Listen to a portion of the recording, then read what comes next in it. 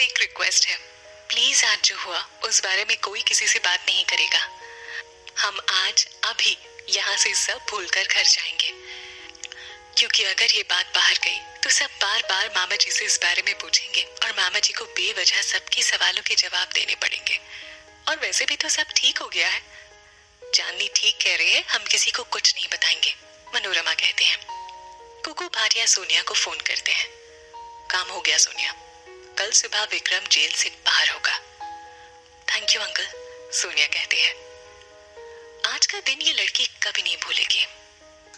हाँ अंकल, और जहां तक मैं राजीव को जानती हूँ वो चांदनी को माफ नहीं करेगा, सोनिया कहती है। मैंने अपना काम कर दिया, अब तुम उस लड़की के साथ चाहे जो करो, कुकू भाटिया कहते हैं। Good night uncle. Kuku Bhatia phone काट देते हैं। चांदनी, आज के बाद तुम हर रोज सोनिया के रास्ते में आने की सजा भुगतोगी। रात के 2 बजे हैं। चांदनी अपने मामा जी के रूम में उनके पास बैठी है। चांदनी सो जा बेटा, मैं हूँ इनके पास, थक गई होगी, सुमन कहते हैं। आप सो जाइए मामी, आप सो जाइए मामी, मैं कहीं नहीं जाऊंगी, चांदनी कहते हैं। चांदनी, अब तो सब ठीक हो गया है, प्लीज जाकर सो जा। तेरे मामा जी जाग गए और तुझे यहाँ देखा तो वो नहीं सो पाएंगे, प्लीज, सुमन कहते हैं। जी। चांदनी उठकर अपने रूम में आती है और रोने लगती है। कुछ ठीक नहीं हुआ है मामी, कल जब विक्रम जेल से बाहर आएगा तो क्या जवाब दूंगी आप सबको, और राजीव, उनकी नाराजगी और बढ़ जाएगी, पता नहीं कैसे होंगे, घर आए भी या नहीं। चांदनी छत पर खड़ी यही सोच रही है, तभी उसे राजीव घर आता हुआ दिखाई देता है। वो राजीव को देखकर फिर से रोने लगती है। राजीव की नजर चांदनी पर पड़ती है और वो गुस्से से अंदर चला जाता है। राजीव, राजीव, आज इतनी देर हो गई, कहाँ थे अब तक, मनोरमा पूछती है। ऑफिस में कुछ काम था आंटी, राजीव कहता है। तुम फ्रेश हो जाओ, मैं तुम्हारे लिए खाना लगाती हूँ। नहीं आंटी, मैं खाना खाकर आया हूँ। अच्छा ठीक है, जाकर सो जाओ। जी। राजीव अपने रूम में चला जाता है। उसकी रूम की खिड़की खुली हुई है। चांदनी को देखकर राजीव रूम की खिड़की बंद कर लेता है। अच्छा बेवकूफ बन गया तू राजीव, इस लड़की के लिए तो मुंबई की सड़कों पर मारा मारा फिर रहा था और ये अपने घर में आराम से घूम रही है।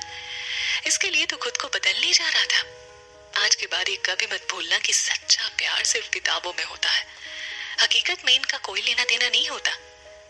चांदनी रोते हुए अपने रूम में आकर अपने रूम की लाइट्स ऑफ कर लेती है। सुबह होते ही विक्रम घर आ जाता है। मॉम, विक्रम, विक्रम शोभा के गले लगते हुए। मॉम, आपको बहुत मिस किया मैंने। तुम्हारी बेल हो गई, शोभा पूछती है। विक्रम पानी पीते हुए। उस लड़की ने अपना केस वापस ले लिया। शोभा हैरानी से, केस वापस ले लिया? हाँ मॉम, मैंने कहा था आप सबको कि चांदनी झूठ बोल रही है। अब आप ही सोचिए कि अगर वो सच बोल रही होती तो केस वापस क्यों लेती। मुझे बहुत भूख लगी, प्लीज मेरा नाश्ता मेरे रूम में भिजवा दीजिए। ठीक है। चांदनी अपने रूम की खिड़की के पास बैठी है।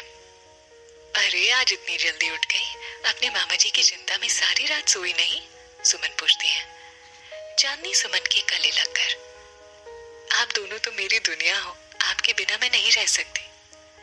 हम तो हमेशा तेरे साथ है बेटा, तू जल्दी से आ जा, तेरे मामा जी तेरे हाथ की चाय पियेंगे तो बिल्कुल ठीक हो जाएंगे, सुमन कहते हैं। अभी आती हूँ। राजीव अपना फोन उठाकर ऑन करता है। उसमें चांदनी के 21 मिस्ड कॉल है। चांदनी के इतने सारे मिस्ड कॉल, हो सकता है उसके ना आने की वजह बताना चाहती हो। अगर उसे नहीं आना होता तो मेरे कहने पर वो साड़ी पहनकर ऑफिस कभी नहीं आते। जरूर कुछ तो हुआ है कल, कहीं मैं बेवजह तो उससे नाराज नहीं हो रहा। मुझे चांदनी से बात करनी होगी।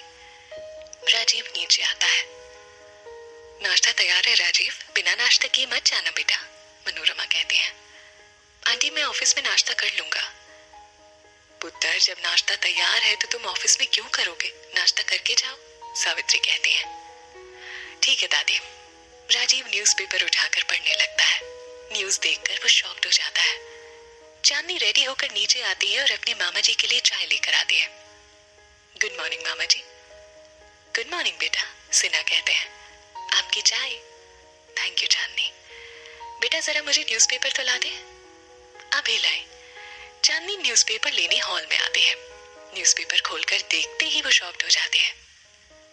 करोड़पति कुलभूषण भाटिया के बेटे विक्रम भाटिया पर अटेम्प्ट टू रेप का चार्ज लगाने वाली चांदनी सिन्हा ने वापस लिया अपना केस।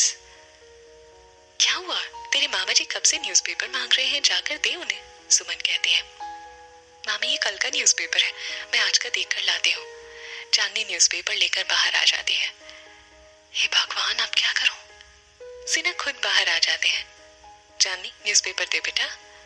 वो आज का न्यूज़पेपर नहीं मिल रहा मामा जी।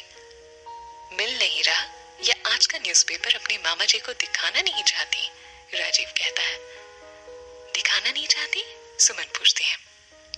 पढ़ो उसे। सिन्हा न्यूज़पेपर पढ़कर चौंक जाते हैं। क्या हुआ? सब लोग आ जाते हैं। तेरी बेटी ने विक्रम के खिलाफ केस वापस ले लिया है, सावित्री कहती है। सिन्हा चांदनी की तरफ देखते हुए, क्या तुमने विक्रम के खिलाफ केस वापस लिया है? चांदनी डरते हुए, हाँ। सिन्हा गुस्से से, पर क्यों? क्योंकि भाटिया सर ने कहा था कि अगर मैं केस वापस ले लूंगी तो वो मेरी सैलरी बढ़ा देंगे, इसलिए तूने केस वापस लिया है। सुमन हैरानी से। चांदनी खुद को संभालते हुए, हाँ। झूठ बोल रही है तू। मामी आप जानते हो मैं कभी झूठ नहीं बोलती, ये सच है, चांदनी कहती है।